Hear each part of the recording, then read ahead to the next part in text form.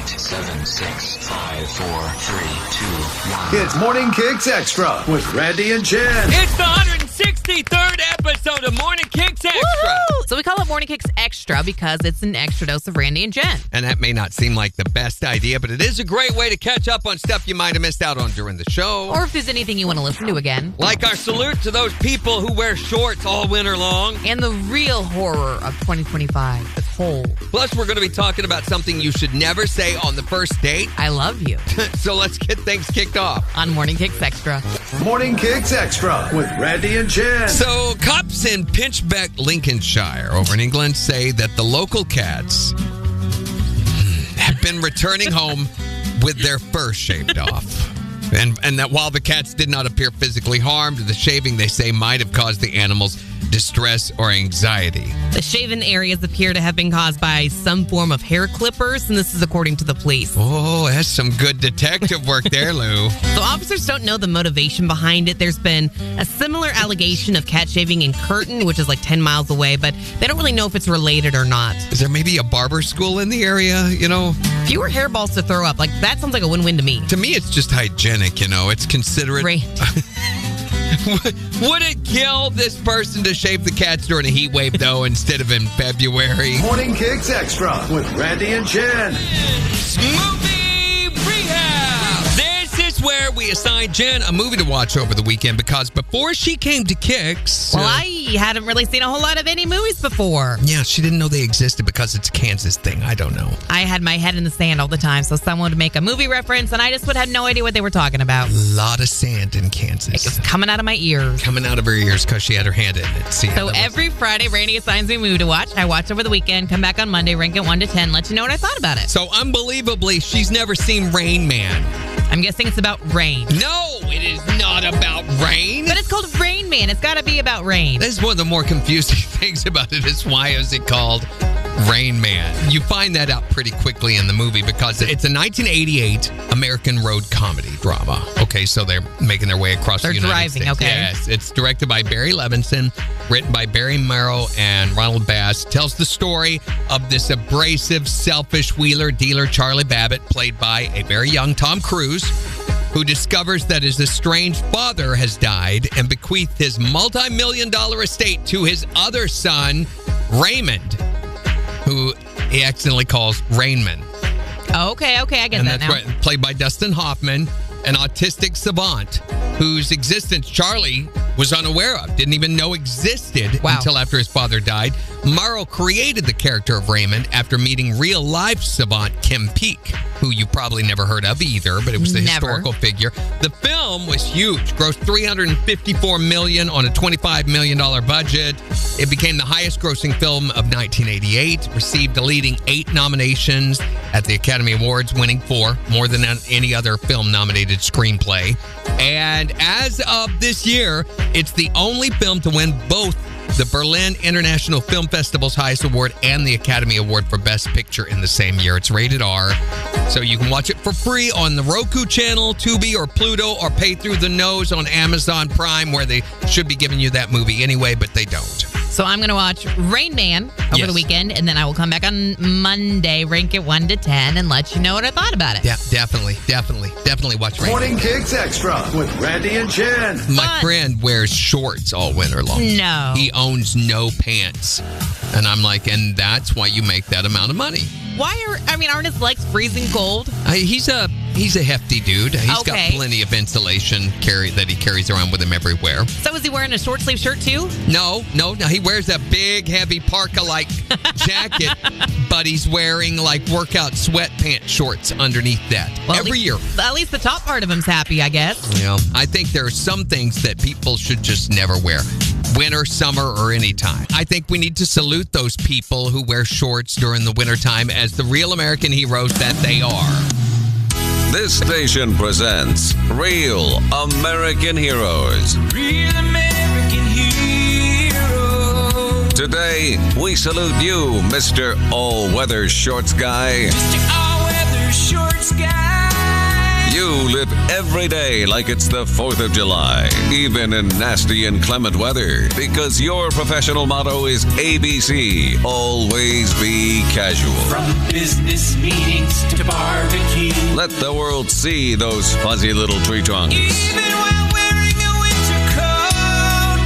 Yeah. Because it's not even about the temperature. It's about sticking it to the man in pants. Oh, oppressor of calves and quads, you're a martyr of legdom. You're Mr. All-Weather Shorts Guy, a real American hero. Mr. All-Weather Shorts Guy. I hope all that hair keeps them warm. Morning Kicks Extra with Randy and Jen. CEO Mark Zuckerberg yesterday announced a series of changes to Facebook's moderation policies and practices, citing a shift political and social landscape and a desire, he says, to embrace free speech, which was not something that was a thing, 4 and 8 years ago. Yeah, not at all. So he said that Meta's going to end its fact-checking program with trusted partners and replace it with a community-driven system similar to X's Community Notes. So they've had a third-party company checking facts for them. Yeah, I know, but it's been so biased the whole time. I mean, third party, what does it matter? Well, now it's going to be up to the community to decide if something's true or not. Cancel culture will take over on this. Yeah. I think this is. When are they going to add something that matters to Facebook? Like a general search tool for the entire platform, I'm thinking. Or like a reminder that you've been on it too long. Or a mark post as read button for posts. Wouldn't that be cool? What about like a video cover photo option? Or a photos view button. It showed how many times someone looked at your pictures. Okay, that could be kind of cool, yeah. A temporary mute button for friends like Jen. Wait a minute. Hold on. Or an unfriended notification. So whenever you got unfriended by somebody, it would show you that. I don't know that. I'd want to know that, though. I think more than anything, though, the dislike button is something that we would all love to see on Facebook. I want to see that. I want a dislike button so I can click dislike on anything I dislike. There's a lot that I dislike on Facebook.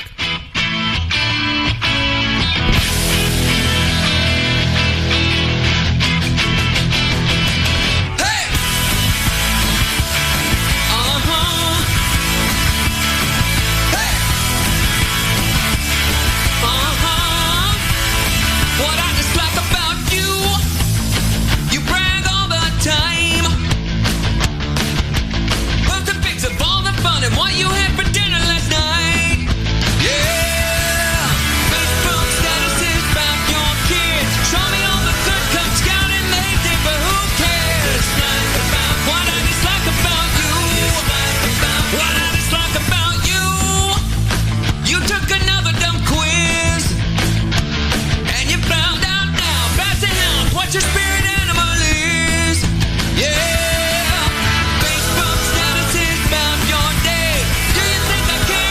Just crochet, well I know what I dislike about you. A thumbs down to you. What I dislike about you. Morning Kicks Extra. What is something you should never say on a first date? I'm picturing, you can make a list of these things. Yeah, that's smart. And then, since they're at the very forefront of your mind, you can purposefully not say them. When you go on your first date tonight, yeah. So what is something you should never say on a first date? Can you smell this for me and tell me if it stinks? That gross. is one you should never, ever, ever do. Yeah, or pull my finger, or anything associated with smells. So have you ever asked someone that before? I've never done it, but my best buddy did. I was like, dude, are you kidding me? Oh, my God, that's why she's not calling you back. I guess if he does that and she sticks around, then he knows she's a keeper. I guess. Or really desperate. What is something you should never say on the first date? You should never criticize a man or a woman on what they eat. If I were to eat a greasy burger and a bunch of onion rings, that is my business. And believe me, she does. Exactly. Me, myself, I like mustard on my french fries. A lot of people criticize me for that. I think it should be more how they eat, if they use both hands. That ought to be, brought Eat like attention. a pig and just kind of... Hey, I noticed you're using your feet. What's something you should never say on the first date? I've had a guy tell me, is it time of the month? What? Now, wait a minute. I think that's a very, very valid question. Let me put it this way. If there was a hand grenade sitting next to you, wouldn't you want to know if the pin had been pulled or not? Randy, so why do you think he asked that? I was just I'm not a mean person, I promise. Okay, yeah, sure, whatever. Just off on the estrogen of something. I don't know. What is something that you should never say on the first date? What is it for you? You're prettier than your sister. Well, now, wait. No. That's a compliment. No, I don't know about that. Honestly, anytime a comparison with a family member comes up, it's not a good idea. Exactly. It implies all sorts of things like tiny little gene pools. Morning Kicks Extra. We're talking about what you should never say on the first date. You do make enough to support both of us, don't you? Because the last thing you want to do is, if you're looking for a breadwinner, is to actually let people know that. Yeah, but I think it's a valid question. That's for sure. I mean, why put off the inevitable? If that's going to be the deal breaker, you might as well get it out. Put it all out on the table to begin with. What do you think you should never say on a first date? This is a true story. Went on a first date, blind date with my soon-to-be husband, and the first thing he said is, "Hi, my God, are those real?"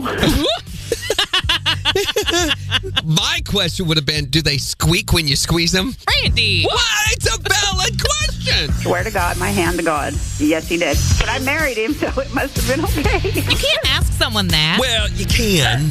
Doesn't mean you should. Wouldn't it be cool, though? No. What is something that you should never say on the first date? Well, this is something you never, ever, ever say. Don't ever tell me just how good your fun time was with your ex. Fun time? Fun time? You mean like game night? Yeah, sorta. Yeah. My last boyfriend, all he could talk about was, oh, she could do this and she could do that. And I'm like, I don't care. Well, he was just trying to set some goals for you, give you some skill outlooks to work on, something things to aspire to. Or he was trying to be single again. Maybe. What's something you should never say on a first date? Hey, what kind of fishing boat y'all got? Are you gold digging a little bit there? Little bit? It's Morning Kicks Extra with Randy and Jen. We're talking about what you should never say on a first date. What do you want for breakfast? I've actually been asked that. So what are you going to want for breakfast in the morning? Hey, you won't know if you don't ask. So what'd you say? I said, I don't think you're going to get that lucky. Swing and a miss. And by the way, it's waffles. What is something you should never say on a first date? Ask them if they're still in love with their ex. I don't think I'd want to know the answer to that on a first date. What? I would? What, do you want to wait until the fifth one to find out that they're still hung up on their ex? No, I want to have a conversation, see if we have chemistry before I get that invested and care. Right. But what if they're still hung up on their ex? But if there's chemistry, then sure. But if there's no chemistry, then you're just wasting your time. Not all chemistry is good chemistry. There's the one chemistry that blows up the lab. I never took chemistry in school. Yeah, that's obvious. What? What's something you should never say on a first date? Do not tell them you love them. Yeah. Why would you ever do that? You never know. You never know. Let's go shop for rings. I know. Oh, I know. That's not true. You do know. I know. What is something that you should never say on a first date? You should never ask her what her mother looks like. Why would they want to know that? Because they want to know what you're going to look like when you get old. Yes. So what'd you do when he asked you that? I got up and walked away. Bye, Felicia. Who dates a guy named Felicia?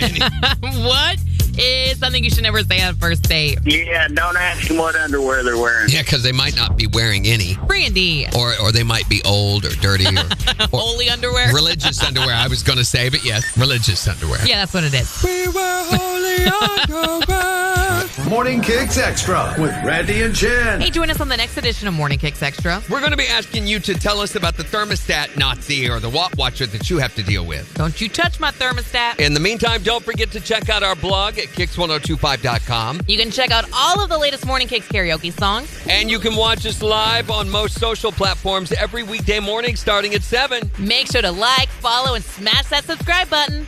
Don't miss Morning Kicks with Randy and Jen. Weekday mornings from 6 to 10 on the 4 states' #1 for country, Kicks 102.5.